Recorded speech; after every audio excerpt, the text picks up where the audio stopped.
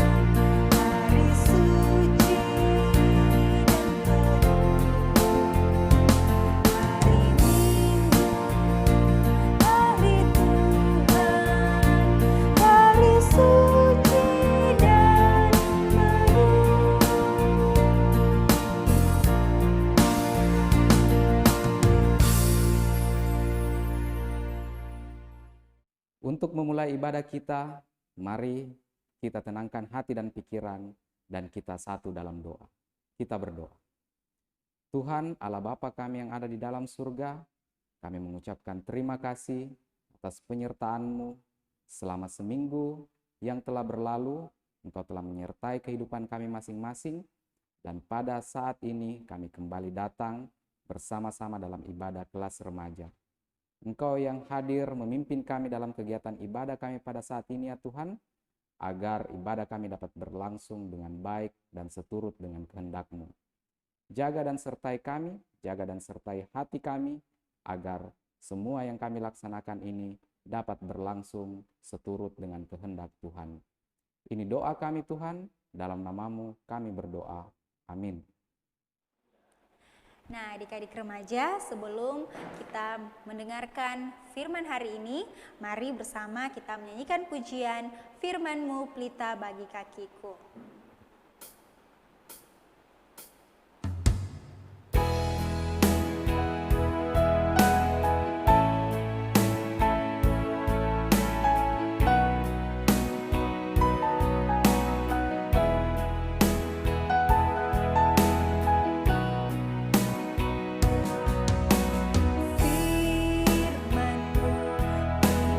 Bagi kakiku terang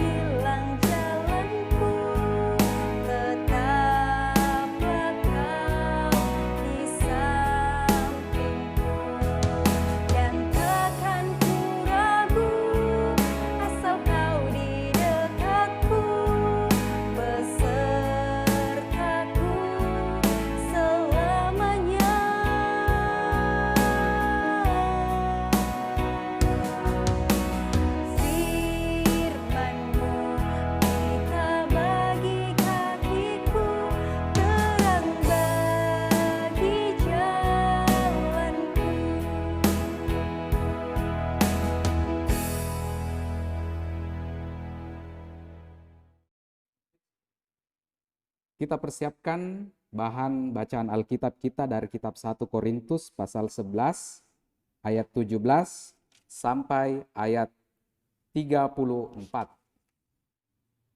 Namun sebelum kita membaca dan merenungkan firman Tuhan, kembali kita memohon pertolongan Tuhan di dalam doa. Mari kita berdoa. Tuhan Allah Bapa kami yang ada di dalam surga, kembali kami datang memohon penyertaan-Mu untuk membimbing kami pada saat ibadah ini. Kami akan membaca dan kami akan merenungkan firman kebenaran-Mu.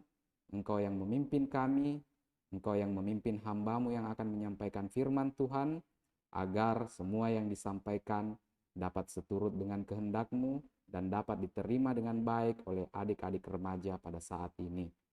Buka akal pikiran kami Tuhan, berikan kami hikmat, agar apa yang kami dengarkan dapat benar-benar tertanam dalam hati dan pikiran kami, dan bisa kami laksanakan nantinya dalam kehidupan kami masing-masing. Ini doa kami Tuhan, dalam nama-Mu kami berdoa. Amin. 1 Korintus pasal 11 ayat 17 sampai 34 dengan judul bacaan kebiasaan-kebiasaan yang salah dalam perjamuan malam. Dalam peraturan-peraturan yang berikut, aku tidak dapat memuji kamu, sebab pertemuan-pertemuanmu tidak mendatangkan kebaikan, tetapi mendatangkan keburukan. Sebab pertama-tama aku mendengar bahwa apabila kamu berkumpul sebagai jemaat, ada perpecahan di antara kamu. Dan hal itu sedikit banyak aku percaya, sebab di antara kamu harus ada perpecahan, supaya nyata nanti siapakah di antara kamu yang tahan uji. Apabila kamu berkumpul, kamu bukanlah berkumpul untuk makan perjamuan Tuhan, sebab pada perjamuan itu tiap-tiap orang memakan dahulu makanannya sendiri, sehingga yang seorang lapar dan yang lain mabuk. Apakah kamu tidak mempunyai rumah sendiri untuk makan dan minum? Atau maukah kamu menghinakan jemaat Allah dan memalukan orang-orang yang tidak mempunyai apa-apa? Apakah yang kukatakan kepada kamu memuji kamu? Dalam hal ini aku tidak memuji. Sebab apa yang telah kuteruskan kepadamu telah aku terima dari Tuhan, yaitu bahwa Tuhan Yesus pada malam waktu Ia diserahkan, mengambil roti, dan sesudah itu Ia mengucap syukur atasnya. Ia memecah-mecahkannya dan berkata, "Inilah tubuhku yang diserahkan bagi kamu. Perbuatlah ini menjadi peringatan akan aku." Demikian juga Ia mengambil cawan sesudah makan lalu berkata, "Cawan ini adalah perjanjian baru yang dimateraikan oleh darahku. Perbuatlah ini setiap kali aku meminumnya, menjadi peringatan akan aku. Sebab setiap kali kamu makan roti dan minum cawan ini, kamu memberitakan kematian Tuhan sampai Ia datang. Jadi barang siapa dengan cara yang tidak layak makan roti atau minum cawan Tuhan, ia berdosa terhadap tubuh dan darah Tuhan. Karena itu, hendaklah tiap-tiap orang menguji dirinya sendiri, dan baru sesudah itu ia makan roti dan minum dari cawan itu. Karena barang siapa makan dan minum tanpa mengakui tubuh Tuhan, ia mendatangkan hukuman atas dirinya. Sebab itu banyak di antara kamu yang lemah dan sakit, dan tidak sedikit yang meninggal. Kalau kita menguji diri kita sendiri, hukuman tidak menimpa kita. Tetapi kalau kita menerima hukuman dari Tuhan, kita dididik supaya kita tidak akan dihukum bersama-sama dengan dunia. Karena itu, saudara-saudaraku, jika kamu berkumpul untuk makan, nantikanlah olehmu seorang akan yang lain. Kalau ada orang yang lapar, baiklah ia makan dahulu di rumahnya, supaya jangan kamu berkumpul untuk dihukum. Hal yang lain akan kuatur kalau aku datang. Amin. Kita masuk dalam renungan firman Tuhan yang sudah kita baca tadi. Renungan kita kali ini diberi judul Perjamuan Kudus sebagai Perayaan Sukacita. Mudah-mudahan adik-adik remaja masih ingat tentang renungan minggu lalu. Minggu lalu kita sudah membahas tentang sakramen baptisan. Pada renungan kali ini kita akan membahas bentuk sakramen lain yang ada di gereja kita, yaitu sakramen perjamuan kudus. Sakramen perjamuan kudus dalam pemahaman gereja Protestan merupakan hal yang mesti dilaksanakan karena itu merupakan perintah dari Tuhan Yesus. Nah, melalui renungan ini diharapkan adik-adik remaja dapat memahami makna sakramen perjamuan kudus serta diharapkan pula hatinya terdorong untuk ikut dalam perjamuan kudus dengan hati yang penuh dengan sukacita. Nah, dalam ayat Alkitab yang telah kita baca tadi, pada ayat 17 sampai 19, jelas dinyatakan oleh Paulus bahwa ada keburukan yang terjadi dalam suasana pertemuan jemaat Tuhan di kota Korintus pada waktu itu. Menariknya, pertemuan yang ada di dalam ayat bacaan kita itu, pertemuan yang dimaksud itu adalah pertemuan untuk makan dalam perjamuan Tuhan. Bisa kita lihat di ayat yang ke-20. Sepertinya istilah perjamuan Tuhan yang digunakan pada zaman itu, pada waktu itu belum dikenal istilah perjamuan kudus, tapi menggunakan istilah perjamuan Tuhan. Nah, dalam perjamuan itu, umat yang datang diminta untuk membawa makanan, mengumpulkan makanannya, dan pada waktunya mereka makan bersama-sama. Intinya, dalam pertemuan itu, umat saling berbagi makanan. Namun yang kemudian terjadi justru sebaliknya. Pada ayat 21, dinyatakan bahwa umat yang sedang perjamuan itu malah menikmati makanannya sendiri secara berlebihan dan tidak peduli kepada orang lain. Nah, karena perilaku yang buruk tersebut, kemudian Paulus menasihati umat Tuhan di kota Korintus pada saat itu.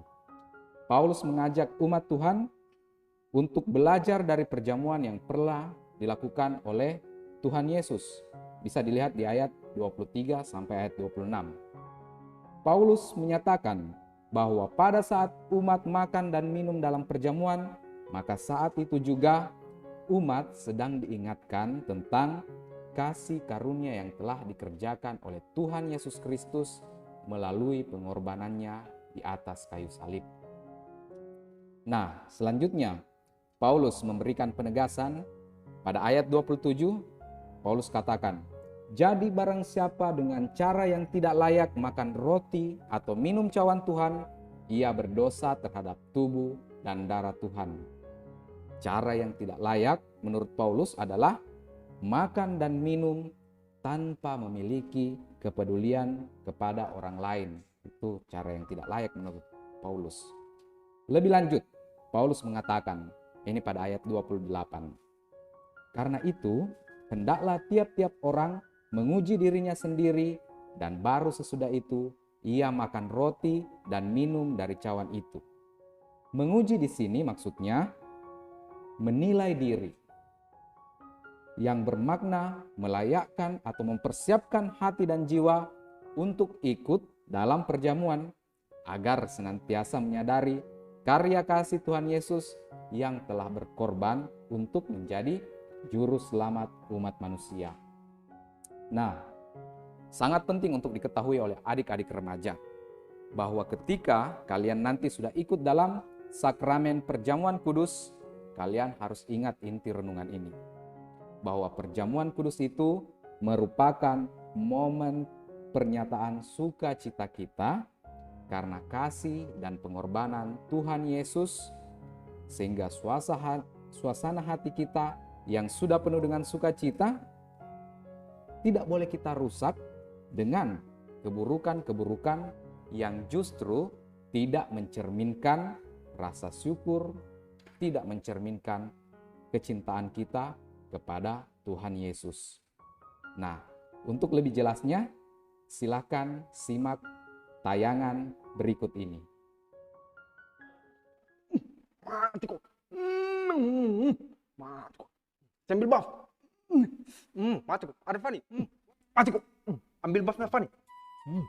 Astaga, masih main game. Weh, perjamuan ini hari. Weh, udah pergi kok. Awas, jaga dulu ganggu kak. Udah dapat perjamuan. Weh, Kalah mak. Gara-gara kau. mau aja kasih ingat kok bos. Perjamuan ini hari. Banyak minta Tuhan sama kita baru kau udah pergi gara-gara game. Deh. Yo pale. Ayo nih. Ayo nih. Deh, datang begitu. Masa kita mau pergi perjamuan baru kau marah-marah? Jelek ada muka. Iya di. Maafkan kanda. Kami balik pergi perjamuan. Yo. Siap-siap mau kok. Weh. Tunggu dulu. Ngomong-ngomong, sudah mau di sini toh? Di sini. Belum pia bos. Wah, kau belum kau pale sini. Kalau kau tahu tadi pergi pak.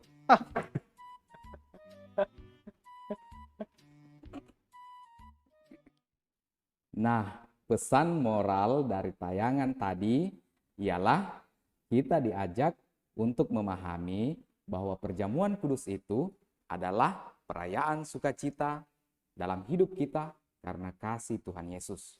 Makanya harus dilaksanakan dengan hati yang juga telah penuh dengan sukacita, penuh dengan rasa syukur dan kecintaan kepada Tuhan Yesus yang sudah berkorban untuk kita.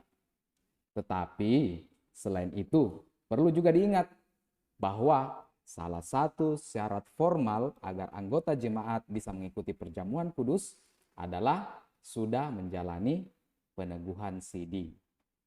Nah, dalam tayangan tadi, ketika adik-adik menyaksikan tayangan tadi, tokoh yang berambut gondrong dalam ilustrasi tersebut yang awalnya dia marah-marah karena diingatkan untuk ikut perjamuan, namun akhirnya redah jitawa marahnya.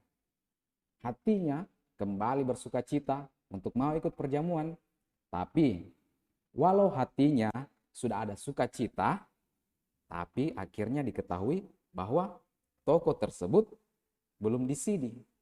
Ya, akhirnya sudah pasti dia belum bisa ikut perjamuan karena sesuai aturan gereja kita bahwa yang bisa ikut dalam sakramen perjamuan kudus adalah warga gereja yang sudah disidi.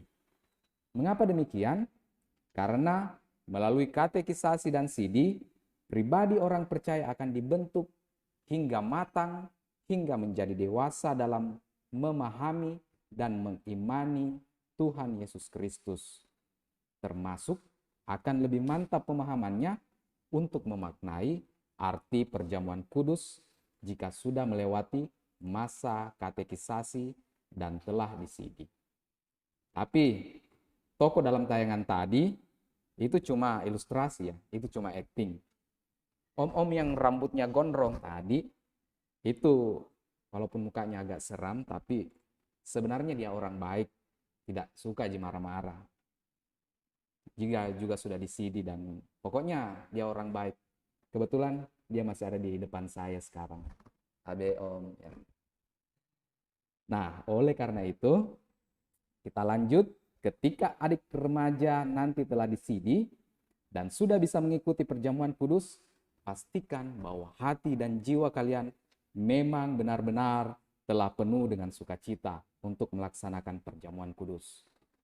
Tidak sekedar ikut perjamuan karena terpaksa, tidak juga dalam kondisi hati dan jiwa yang masih penuh dengan keburukan, misalnya dengki, amarah, dan sebagainya, serta tidak juga sekedar ikut perjamuan karena cuma mau ikut-ikutan sama teman, cuma mau ikut-ikutan sama anggota jemaat lain, tanpa memahami dengan baik makna dari pentingnya perjamuan kudus tersebut. Jadi, kesimpulannya, meskipun salah satu syarat formal untuk bisa ikut perjamuan adalah telah menjalani rangkaian proses peneguhan sidi, tetapi ingat bahwa hal yang paling penting yang mesti kita siapkan adalah sukacita di hati kita. Karena sakramen perjamuan kudus itu merupakan momen pernyataan sukacita. Dan saat itu kita sedang diingatkan tentang kasih Tuhan Yesus yang sudah mau berkorban untuk menjadi juru selamat umat manusia. Makanya dengan suasana hati yang penuh sukacita, kita tidak boleh lagi merusak itu dengan keburukan-keburukan yang justru tidak mencerminkan rasa syukur dan tidak mencerminkan kecintaan kita kepada Tuhan Yesus. Demikian renungan firman Tuhan kita pada hari ini. Semoga bisa tertanam dengan baik dalam hati dan pikiran adik-adik remaja, dan yang paling penting bisa dipedomani dalam kehidupan masing-masing. Amin. Mari dengan penuh sukacita kita kembali memuji Tuhan melalui pujian Betapa Baiknya Engkau Tuhan.